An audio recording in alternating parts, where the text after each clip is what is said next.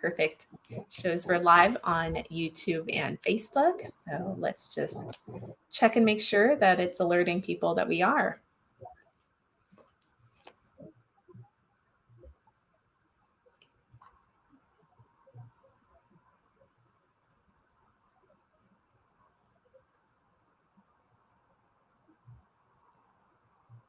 According to the comment section, you're live.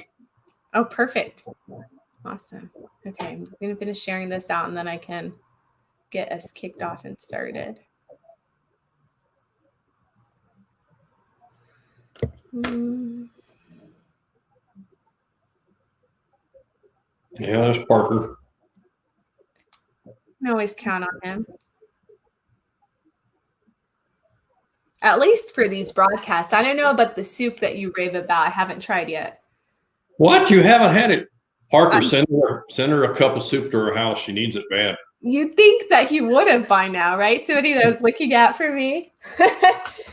All right. Well, we are going to go ahead and get started. For those of you that are starting to hop onto our broadcast, good morning. It is Monday. It's especially special today, of course, because it is Martin Luther King, or MLK Day. For those of you that are hopefully observing and are at home, I know the mayor and I continue to try and stay as active and on top of things as possible.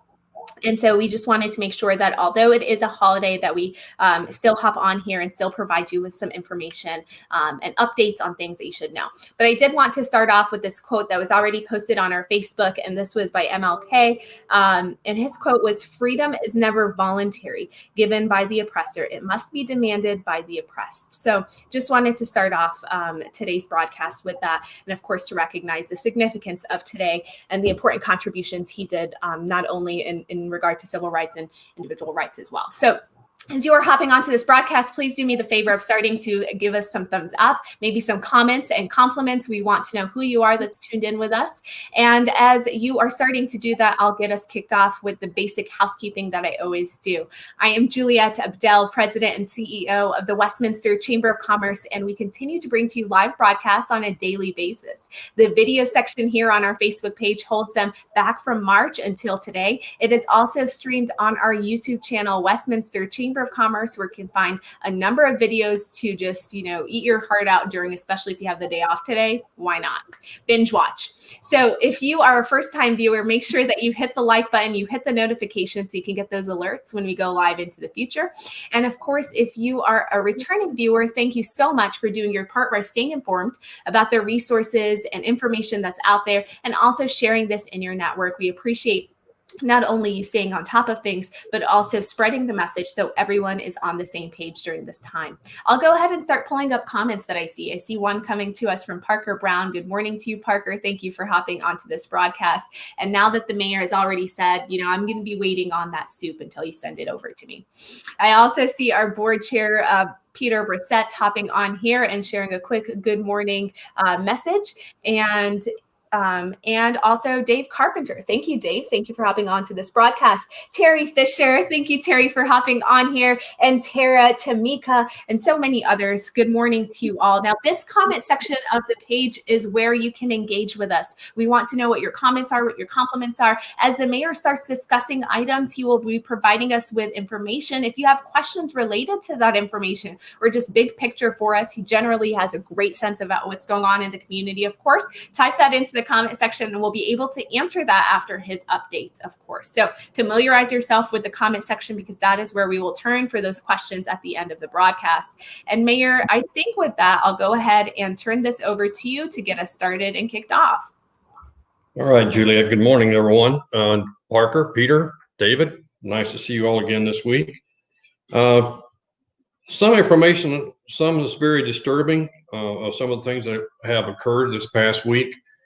I will tell you that we are very disappointed from the state of Colorado, as well as other states, in the fact that we have been led by many, many months to believe that there was a stockpile of COVID vaccines that were being held at the federal level. It became known last week that there is no stockpile. And right after that announcement was made, Mr. Azar, the czar of COVID, resigned. So it's interesting that a resignation comes right after you make a national announcement that you've been telling people there's a stockpile all this time and there are none. We have a call with the state tomorrow, myself and several other mayors, on the distribution of vaccines, how we're going to handle that, how we're going to see that. The primary thing is that we have found out that the only vaccines coming into the states is determined right as it's coming off the assembly line. It's not going to a stockpile. As soon as they're released off the manufacturing, they're going right out to distribution. That is going to have an impact on Colorado and all other states, in that the numbers that we were anticipating to come in around 200,000 this week are probably going to be down around 70,000. That's a huge disparity in the numbers of what people were trying to plan to versus what they're going to actually get. So there is no stockpile or backlog of vaccines being held for those in the second round of vaccines. We do know that last week on Monday, Tuesday, and Wednesday, the fire department in Thornton held a 3-day clinic for those 70 and above. That was a 3-day one-time event only.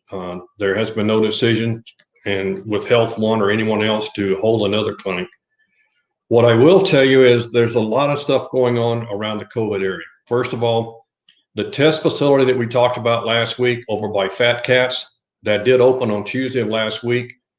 The only day that's in question is whether or not it will be open this Wednesday due to the number of national security concerns related to protests and dealing with the inauguration.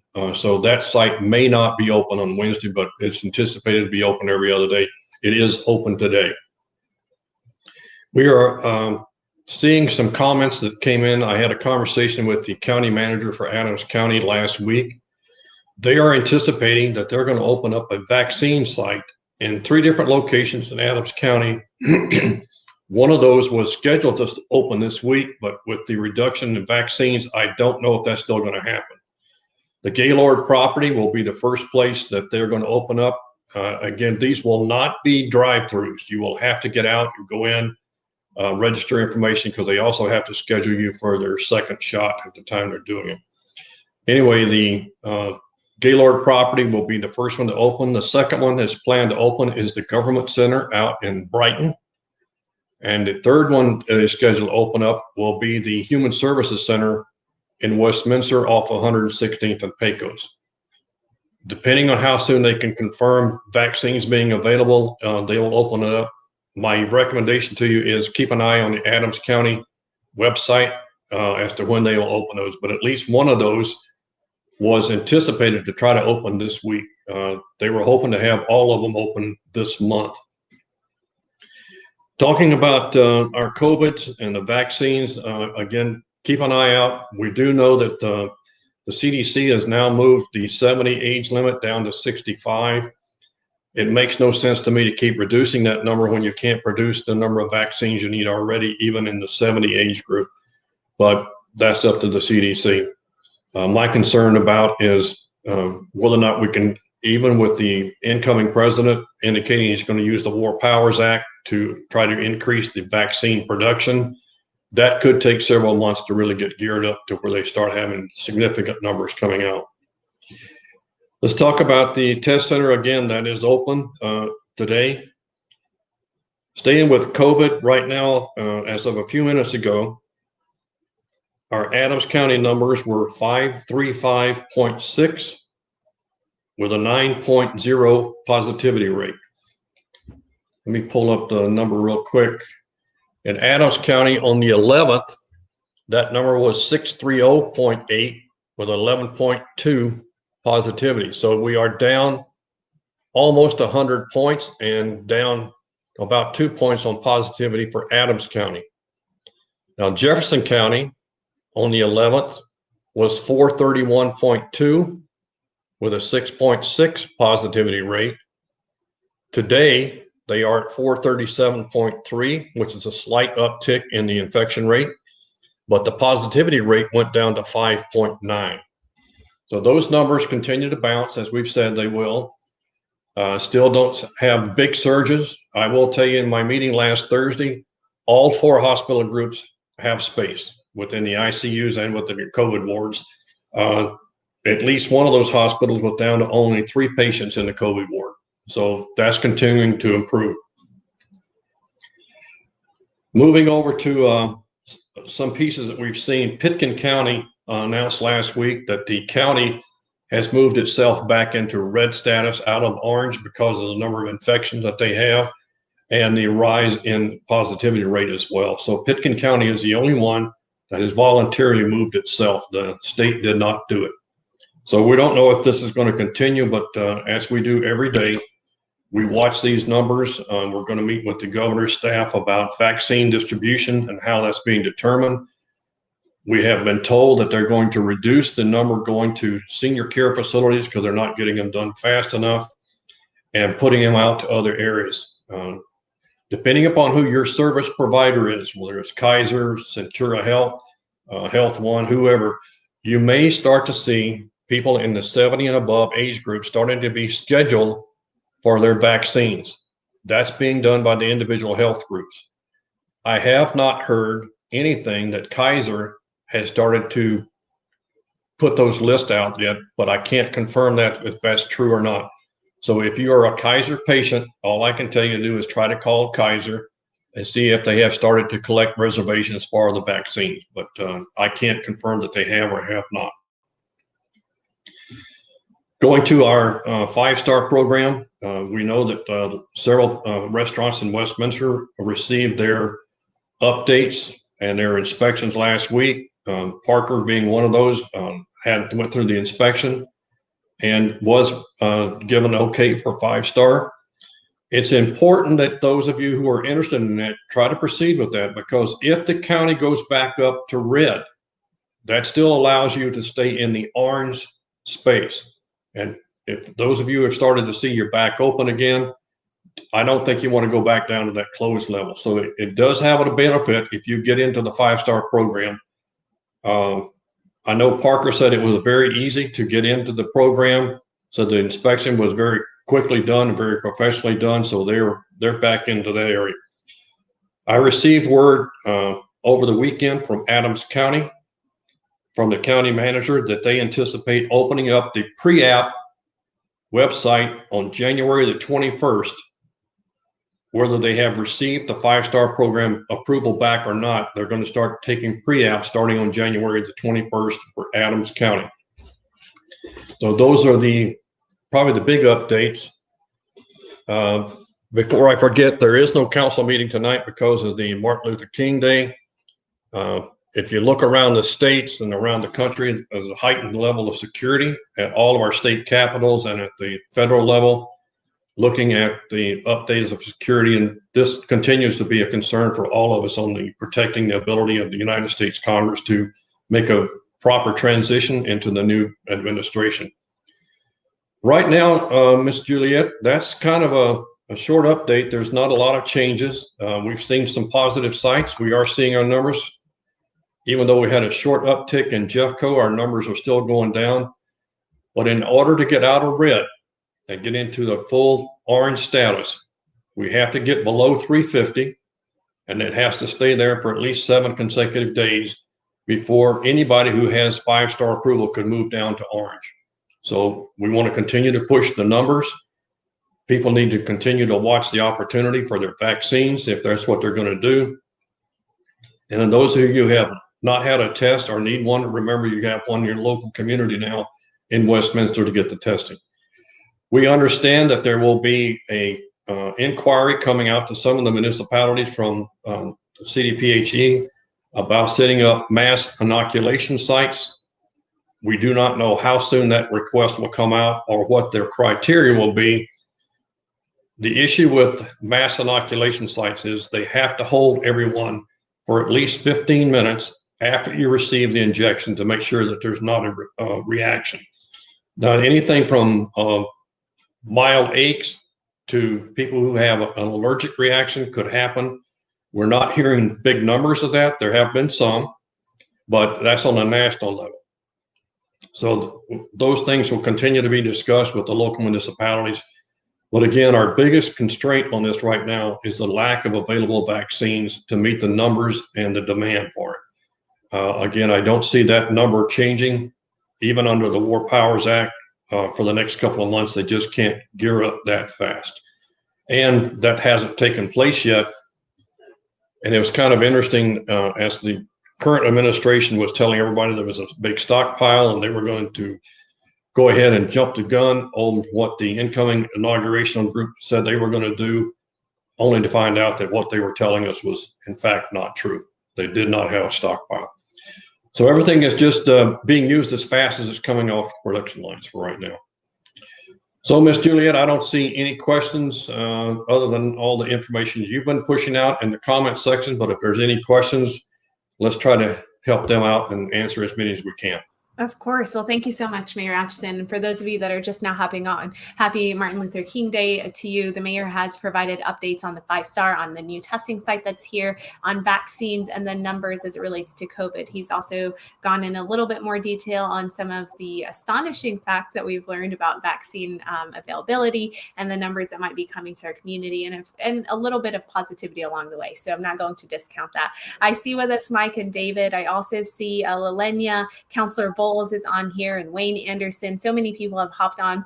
And a lot of them have given out some quick good morning messages. Mayor, humor me as I pull that on our broadcast so we can give them some nice shout outs. So if you are just now hopping on and you have any questions for us, now is the time to be entering it into the comment section. Otherwise, I'll have the unique opportunity to ask the mayor my own questions. And sometimes they may or not be the ones that you're thinking of yourself.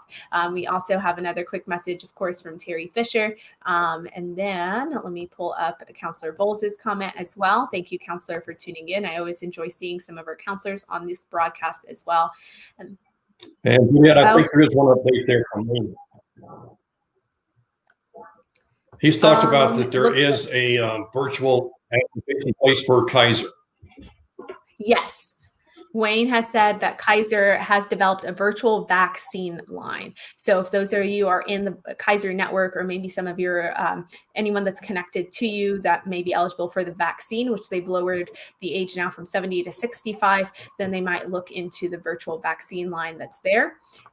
We also had a quick thank you from Lalenia. I know she had her comment as well. And then this question comes to us from Peter Brissett. Peter's question relates to protests. Any concern with protests happening at City Hall? This is in reference to earlier we discussed Wednesday and Inauguration Day and how there may be some significant protests that may happen at various capitals or various sites, especially our national level. Mayor, do we have any concerns here that that might be the case? No, I think that most of what we're seeing is on a national level, is mostly at state capitals and at the federal level. We're not hearing anything. And if we did, I wouldn't say much about it, but we're not hearing anything from our local law enforcement that there's a concern about individual city halls. Mm-hmm. If there is, then our law enforcement will deal with it appropriately. Excellent. Thank you for that, Mayor. And thank you, Peter, for that question. I also see Councilor Seymour is on here with us. Thank you, Councilor Seymour, for tuning in. And Summer and Sarah, good morning to you both. Thanks for hopping onto the broadcast. We have Mayor Atchison, and any questions you might have, please ask us away. Mayor, do we have any updates as it relates to schools? I know, and I might be bringing back the different districts to provide updates as this year as they're returning back from winter and even afterward. But are there anything that you want to recognize or maybe address as it relates to that? I'm going to have to ask you to repeat it because we had a short blip in the conversation. I lost part of your conversation. Any updates you would like to provide as it relates to either any of the school districts or maybe existing testing sites that we had? I know you referenced the Fat Cats location that's just opened up. I'm assuming that the location still at Waterworld is open up as well for people to go there for testing. Yeah, I think Waterworld is still there, Jefferson County Fairgrounds, and our test site here in Westminster. A reminder that the one at the MAC did close last month. That was for primarily our uninsured and homeless. The Front Range Community College one closed last month because of funding. So there's not a lot of change there. I did see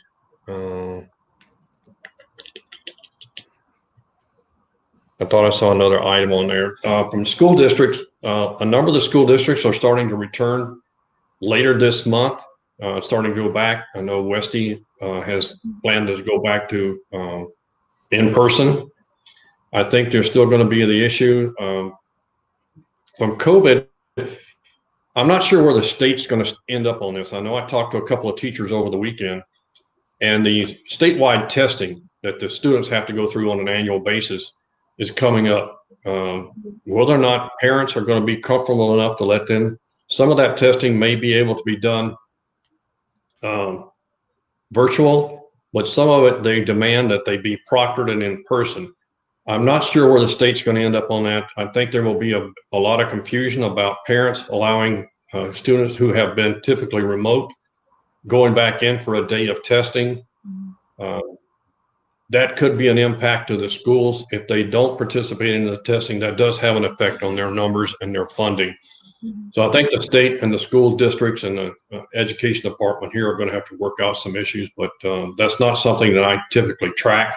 It was just something I heard a couple of teachers bring up over the weekend that issue was being worked through. I see Parker said that Jeffco Elementary schools return tomorrow.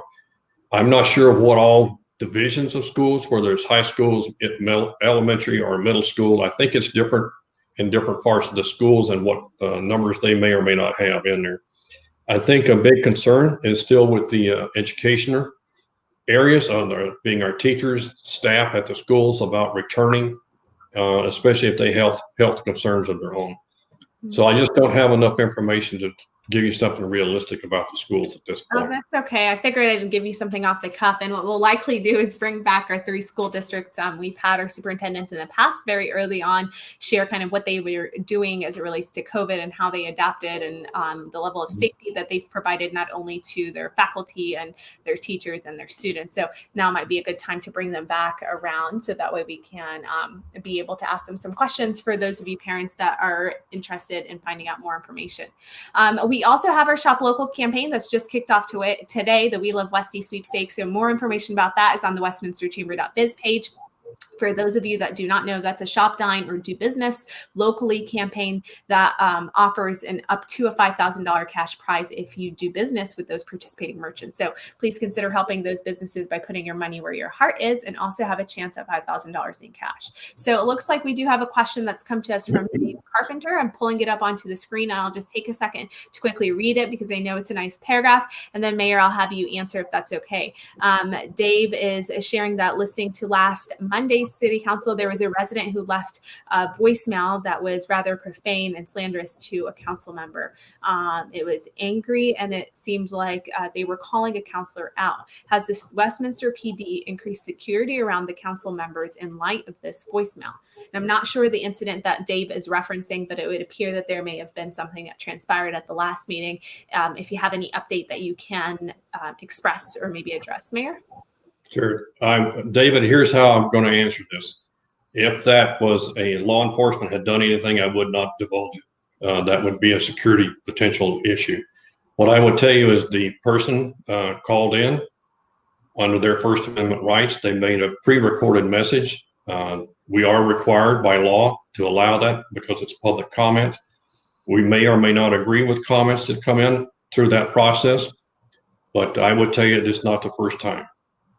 This is not something that just as a one-time occurrence, and this particular individual that was there is a known person to the city and to law enforcement here in the city.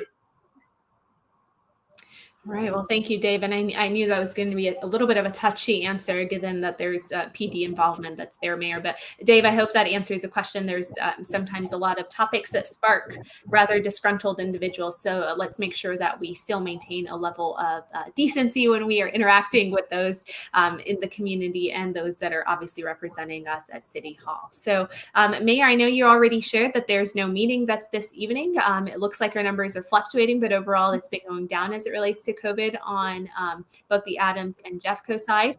We had the positive comment about all 4 of our hospitals being able to serve any COVID patients and that they're not at capacity. I thought that was nice for us to be able to mention to people as well. Of course, there was the negative, which is the vaccines and that they're not as amply or readily available as what was presented to all of our states, of course, from the federal level. And so staying in tune on what's going on with that. Hopefully we'll have better updates next week as it relates to that. You also did share the change in ages on the vaccine from 70 years to 65, so a lower rate. And then just a quick thank you from Dave Carpenter, who quickly shared that your way. And of course, Terry's also enjoying some of our updates. So the great news, Mayor, is even though we've woven in some negative things, we're getting a lot of thank yous. So I think this time we've finagled presenting this in a way that's digestible to people. I don't see any additional comments. And as much as I would love to continue to have you on here, I know that this is not the first meeting for you or I today. And so even though we're both closed for the city and for the chamber, we're continuing to operate, of course, for our individual communities and overall residents. So if you are watching this video at a later point in time after we've ended this broadcast, please give us a hashtag replay so we know that you tuned in. If you have a question that you may missed getting a chance to ask, you can comment it into the comment section. You can DM our page, or you can email us at info@westminsterchamber.biz, where we can take that question, get it answered for you by the mayor, and of course, answer that publicly to folks on here as well. We will be back on here for another live broadcast, actually a few more live broadcasts during this week, of course, starting to feature some of our We Live Westy members, still welcoming a few different folks to our network and other updates relevant to all of you that are on here. And I remembered this earlier, Mayor, and it popped back up in my head. Was there anything from the state capitol that you wanted to mention? We'll likely have kind of an update soon as it relates to what transpired over the last few days in the coming days. Well, keep in mind, the legislature was back in session for 3 days last week. They've adjourned again and won't be back till mid-February. Don't have a big lot of foresight into some of the things that are going on as far as proposed legislation coming. I do know that one that we are watching very carefully is left over from last year, and that's the one concerning law enforcement. There's a lot of comments being made early on about what they plan to do to change that to make it even more restrictive. Part of this is coming out of one city taking a position that they were going to indemnify police officers under all conditions, which was absolutely in dire objection to the state legislature.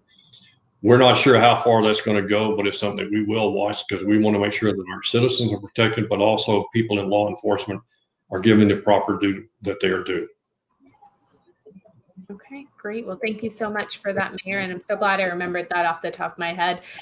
Peter is also sharing a quick thank you for the updates. He's found it helpful, as I know many others have that are tuned into this broadcast. Please make sure that you share this out with your network so others can know about the resources that are out there, the new site that's for testing over there at Fat Cats, the existing one that's still there at Waterworld, and of course, what's up and coming as it relates to Adams County's 5-star pre-application process and additional vaccine sites that they will have into the future. Mayor, thank you so much for being on here with me. I've enjoyed getting to visit with you, and thank you for the work that you're doing.